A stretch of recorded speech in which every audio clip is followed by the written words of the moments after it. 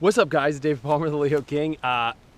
This is my shoot location today. I thought I'd give you guys a little shoot before we go into the Uncut. A little behind the scenes. Actually, I came up from down there.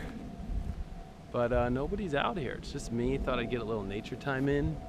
And I've been channeling the horoscopes better that way. And what a weird time. That's all I gotta say. I hope you guys enjoy this Uncut. What's going on, everybody? It's David Palmer, the Leo King, and this is my show, Uncut Astrology, where I take off the veil or the mask and I go deep into the astrology for the week of June 3rd through the 10th of 2015. Welcome to the craziness. The Mercury retrograde still going on. This is the last week of Mercury retrograde. And this is ever-changing times. When you have the sun, when you have Mars, when you have a Mercury retrograde in Gemini, and you think that you're gonna know or figure things out right away, especially with a big square to Neptune and Chiron in Pisces, that's all mutable energy. And then we have Saturn, which is finishing up in Sagittarius. That is mutable energy too. Change, change, change. Right when you think it's gonna go to hell, heaven shows up. Right when you're going to heaven, hell shows up. You will never be able to, during a period like this, feel like you have zoned in on the problem or understood it completely. There is way too much that is going on right now that forces you to see it from all different crazy, weird angles. And life is at a weird space this week, almost a slowdown of energy, time-wise. Mercury is on its last week of being retrograde, and this week it's going to stop by the end of the week. That's because on June 11th it's going to go forward again and stationary direct, and Neptune at the same time on June 11th is going to stop and go retrograde. So this is a very odd alignment. This is a weird frozen portal. This makes everything very odd, very off. And that could kind of frustrate things, but I think we got some good news, okay? Mars meets up with Jupiter this week. And when Mars and Jupiter meet up in a sextile in Leo, this forces us to kind of like be positive about the stuff we're trying to uncover, the stuff that we're trying to understand. This could also be some doors opening for us when we didn't think there could be, some sort of optimism coming that we didn't think would be able to happen. It could finally start to come. I always look at this as doors opening, you know, an ability for doors to open, finding doors that we didn't think could open, especially as this portal is kind of freezing our life and we're kind of warping our souls into this really warped energy. We need to be able to feel like we could grab out when we need to. And I think the best part about this is we can get out when we need to. This is the transit that says we can. Oh, I hope that wasn't a tick. Oh. We can. We can get out when we need to. That's, I think, the lesson of this week.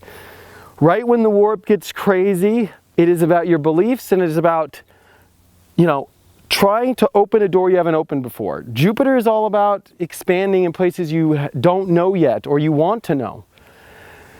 And especially with love. I think with Venus also coming into Leo, this is making sure that we find these open doorways of love in our heart this week. We have to.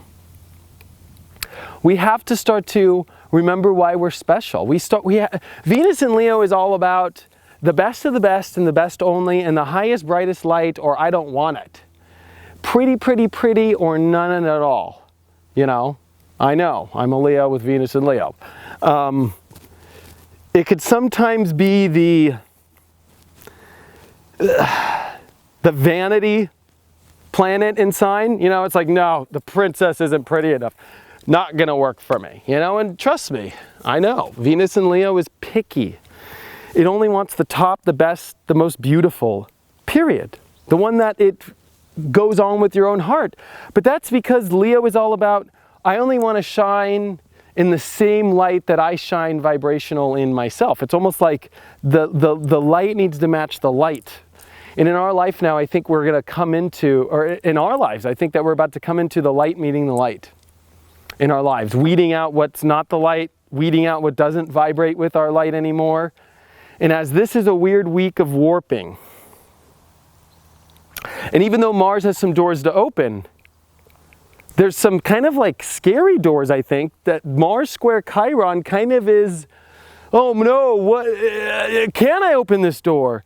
Am I good enough? Does the God have my back? When Neptune starts to stop too, which happens this week, our connection with the universe kind of gets off. Our connection with our higher dimensional self starts to get weird.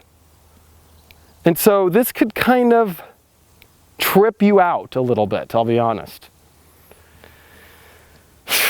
I know, I want this to end, but for some reason the universe has this going on. We have a huge 3/4 square moon in Pisces, that's it. When that happens after the weekend, as we come into Monday and stuff, put your crazy goggles on, you know. Put the weirdness meter to the top. A 1/4 square moon in Pisces highlighting Neptune stopping, Mercury retrograde stopping, the Sun and Mars and Chiron, and it's going to highlight it all. Whew. Yeah, be prepared for weirdness. Be prepared to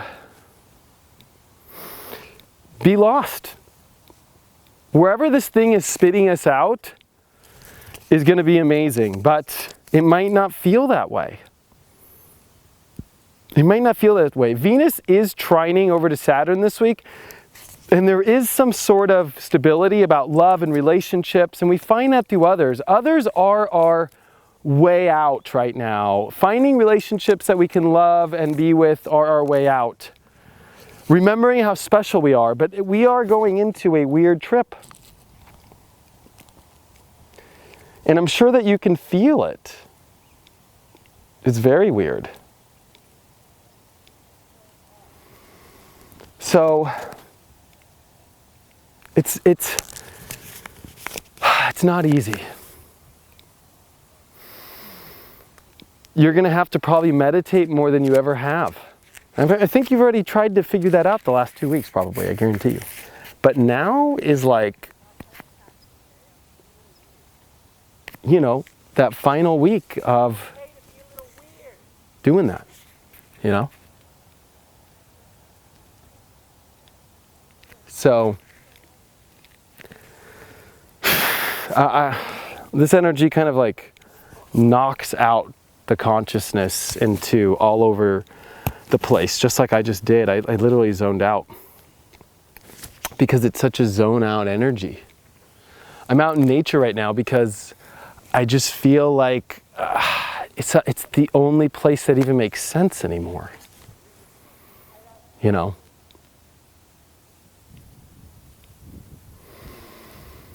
Let's say a prayer. I pray that in this coming up week that we are guided by our angels and our guides and God in a sense of feeling it and knowing that we're okay. That compassion for ourselves and allowing weird and crazy energy to come into our lives and know that it is taking us down a river that we need to go down. And that we are healing ourselves by learning to surrender and go with this flow.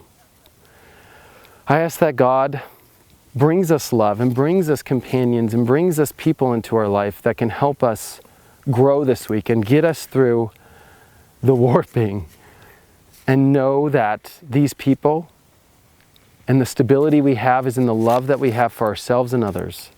And that love prevails this week. And that love takes us on a magical journey down this beautiful and amazing wild river rafting. Amen. This is a week of wild river rafting. A moon in Aquarius, a moon in Pisces. When you get that, it's all over the place. Actually, the moon will be in Capricorn, Aquarius, Pisces, and then it will finish in Aries and do a grand trine. And I think as we come into next week, Wednesday, and when Mercury and Neptune on the 11th stop, I think the moon is in Aries, and at least there'll be fire and strength to get through the weird switch. I mean, it literally is the phone company and the internet company switching lines at the same time and trying to make it work. It's almost like a Y2K vibe or paranoia that could come inside of us.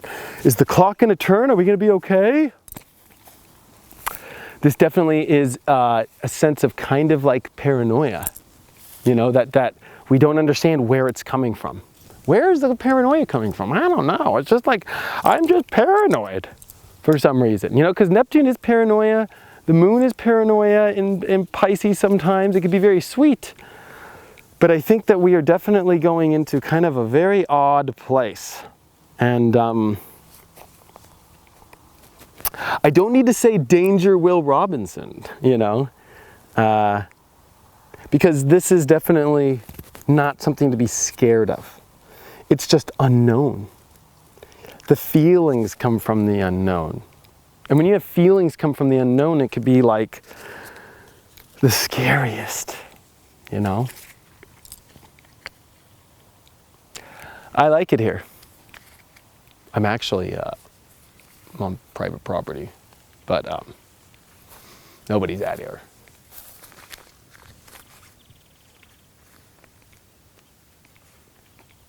And I think the only place to really know what's going on right now